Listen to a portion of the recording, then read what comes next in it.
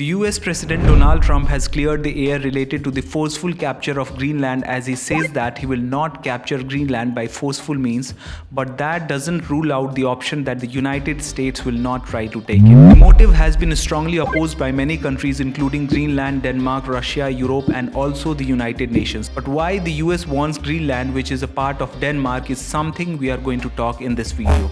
Greenland has the 8th largest reserve of rare earth minerals, and the US has also cited threats from Russia and China as one of the reasons to control Greenland. Donald Trump shared his concern about Greenland swarming with Chinese and Russian vessels in this region. We will try to check facts related to this too.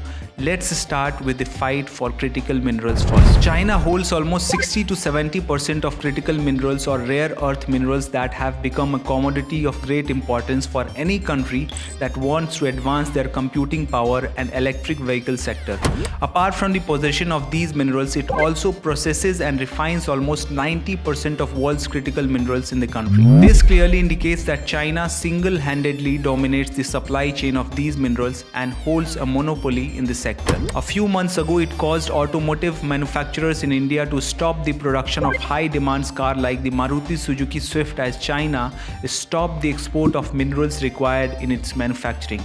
This fight is basically to dominate the next phase of the fourth industrial revolution expected to be brought by artificial intelligence, and so each country is trying to be ahead in the race by managing the resources required for it, and critical minerals are the most important part of it. Now let's talk about the second reason why the US wants to take over Greenland, and that is because of the geopolitical threat from Russia and China. Keeping this in mind, the United States has already built a military base equipped with ballistic missile early warning system, also called the Northern Eye of the US, which is capable of detecting any missile launched from China and Russia. Recent updates suggest that United States is also upgrading the military base and has sent a military aircraft to this base. Even after this, the US president is alarmed by the increasing traffic in this region. The third reason why the United States wants to get Greenland. One of the emerging sources of traffic in the Arctic area is the Northern Sea route that technically starts and ends in Russia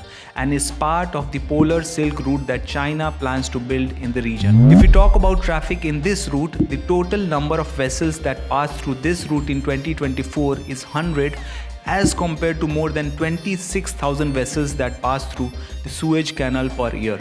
This route shortens the distance between Britain and China by 20 days as compared to the traditional route via Suez Canal, which takes 40 days to reach the same destination. Building up this route is part of China's initiative to reduce the risk of any disruption in the supply chain from China to Europe, as we saw a ship blocking the Suez Canal halted the movement of goods globally.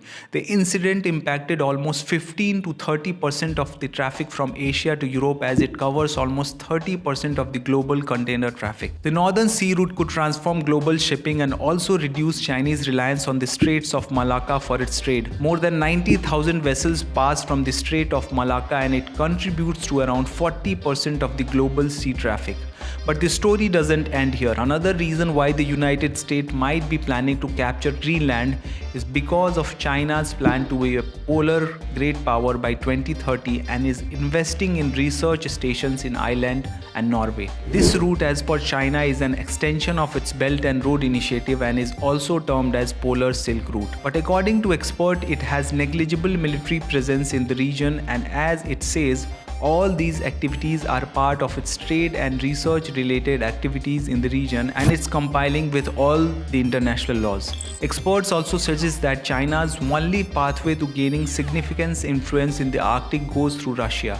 The only benefit that China can get through this passage is that it could transform global shipping and reduce Chinese reliance on the Straits of Malacca for its trade. The recent statement by the US President at the World Economic Forum dismissed the speculation related to the ending of NATO if it captures Greenland, but looking at the activities of the United States in the past few months, as it has violated multiple international laws, kidnapped a sitting president and left 66 international organizations, it would be interesting to see how the US takes over Greenland Greenland, as it basically wants to tap its resources, and depending on what method it chooses to do so will decide how peaceful the world is going to be in the coming years, as it would surely invoke retaliatory response from other countries around the world, especially Europe. That's all from this video. Thanks for watching the video till the end. We'll see you in the next video.